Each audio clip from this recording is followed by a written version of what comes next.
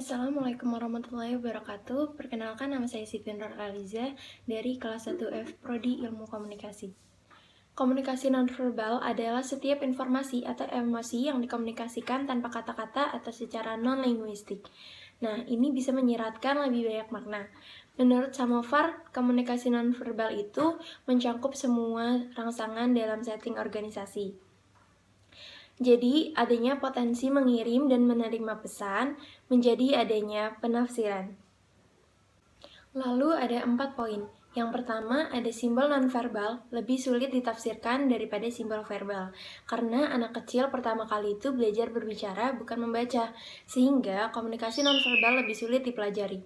Yang kedua, menurut William Gordon, gerakan nonverbal itu sinkron dengan bahasa verbal. Misalkan kita mengatakan kata tidak, maka kita akan menggeleng, atau jika iya, kita akan mengangguk.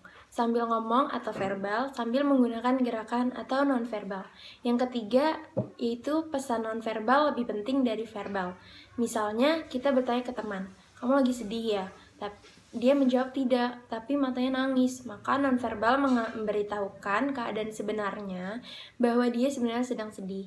Dan yang keempat, yaitu sebagian besar dari kita hanya tahu sedikit tentang komunikasi nonverbal. Misalnya, warna helm proyek. Setiap warna pada helm tersebut memiliki arti yang berbeda.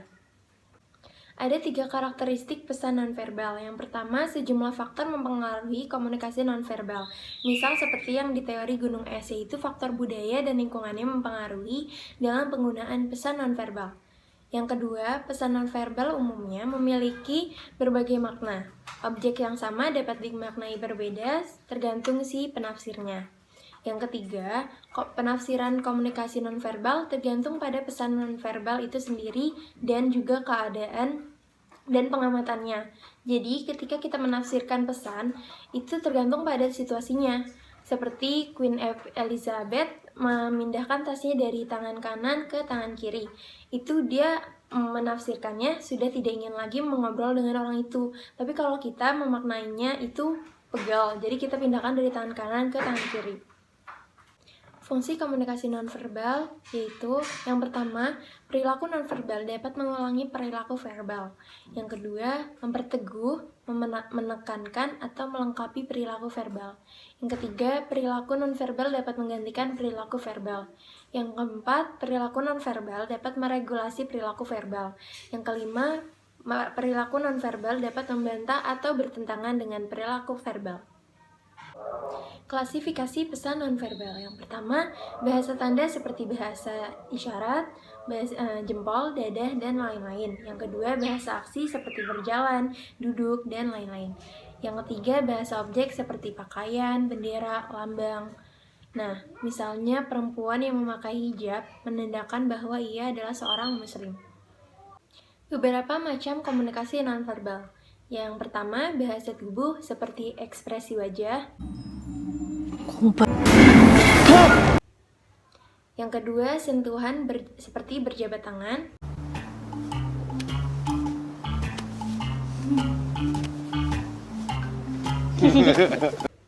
Yang ketiga, parabahasa seperti tinggi rendahnya nada kita berbicara.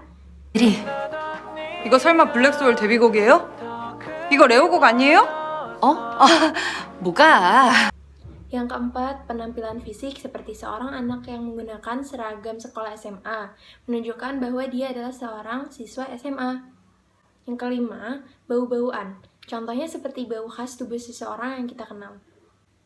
Orientasi ruang dan jarak pribadi. Ada ruang pribadi dan ruang publik. Biasanya ruang pribadi itu seperti keluarga, pacar, teman dekat. Nah, kalau ruang publik biasanya memiliki jarak 1 meter atau lebih karena kita tidak begitu dekat. Nah, cukup sekian penjelasan komunikasi nonverbal dari saya. Kurang lebihnya mohon maaf. Wassalamualaikum warahmatullahi wabarakatuh.